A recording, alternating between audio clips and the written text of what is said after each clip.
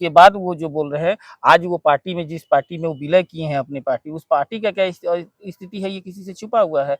राजनीति में देखिए इस तरह का बयानबाज़ी नहीं होना चाहिए और बिहार के राजनीति जो होता है, वो तहज़ीब का राजनीति होता है। इस तरह से बयान दे कर के किसी को भी एक जो जनता द्वारा चुने हुए मुख्यमंत्री जो विकास पुरुष जिनको कहा जाता है और उसको बारे में उनके बारे में अगर इस तरह का बयान अगर कोई दे रहा है, तो उसकी मानसिकता को खुद पता किया जा सकता है कि वो क्या स्थिति तो वो बोलना चाह रहे हैं। अब उनका राजनीतिक बचका वो हाजीपुर से लड़ेंगे, जहाँ से हाजीपुर से लड़ना चाह रहे हैं। देखिए पशुपति पारस जी कैसा बयान दिए हैं, देख रहे हैं ना? अब वो अपने आप घेरे हुए हैं, अपने पूरे परिवार को बंटाधार कर दिया, जिस तरह से वो पूरे पार्टी को खत्म कर दिया। उनका चुनाव चिन्ह अब जो है 2024 में खुद जो हेलीकॉप्टर है, वो क्रैश होने की स्थिति में आ गई है। अब इस तरह का वो बयान दे करके अपने आप को किसी तरह चाह रहे हैं कि 1-2 सीट मिल जाए, इसीलिए वो मोदी जी को खुश करने में लगे हुए हैं। चिराग पासवान की पार्टी के बड़े नेता हैं, पार्टी के राष्ट्रीय उपाध्यक्ष और पूर्व सांसद हैं अरुण कुमार। उन्होंने कहा है कि मुख्यमंत्री नीतीश कुमार को मेमोरी लॉस की दवा दी जा रही है। इस बयान पर प्रतिक्रिया लेंगे, बातचीत करेंगे। जेडीयू के प्रदेश सचिव हैं राजेश तिवारी साहब।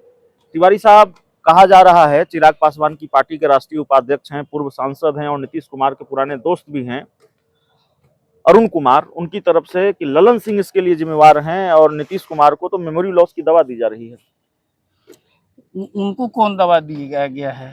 जी। उनको कौन दवा दिया है कि उनका जो जहानाबाद की जनता जो है उनको इनकार कर चुकी है। चुनाव लड़े थे पिछला बार ना, लोकसभा का क्या स्थिति रहा था, और उसके बाद वो जो बोल रहे हैं, आज वो पार्टी में जिस पार्टी में वो विलय किए हैं अपनी पार्टी, उस पार्टी का क्या स्थिति है, ये किसी से छुपा हुआ है।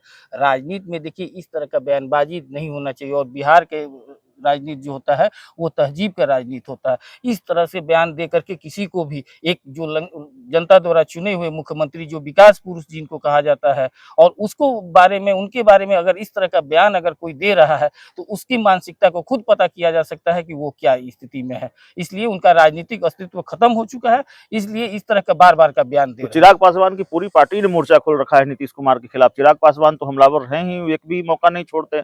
बाकी उनकी पार्टी के बड़े नेताओं ने भी मोर्चा खोल रखा है। देखिए, अब खोलना उनका मजबूरी है, उनका मजबूरी है, क्योंकि जिस तरह से वो खुश करना चाह रहे हैं, जिस तरह से वो बोलना चाह रहे हैं, अब उनका राजनीतिक बचका वो हाजीपुर से लड़ेंगे, जहाँ से हाजीपुर से लड़ना चाह रहे हैं। देखिए पशुपति पारस जी कैसा बयान दिए हैं, देख रहे हैं ना? अब वो अपने आप घेरे हुए हैं, अपने पूरे परिवार को बंटाधार कर दिया, जिस तरह से वो पूरे पार्टी को खत्म कर दिया। उनका चुनाव चिन्ह अब जो है 2024 में खुद जो हेलीकॉप्टर है, वो क्रैश होने की स्थिति में आ गई है। अब इस तरह का वो बयान दे करके अपने आप को किसी तरह चाह रहे हैं कि 1-2 सीट मिल जाए, इसीलिए वो मोदी जी को खुश करने में लगे हुए हैं। जी, तो चलिए देखिए, हमारे साथ राजेश तिवारी साहब थे। गिरिराज सिंह के बयान भी खूब आ रहे हैं। देखिए गिरिराज सिंह जी हैं जो है ना, वो कलयुग के कालनेमी है और वो कालनेमी का क्या काम था ये जान रहे हैं ना।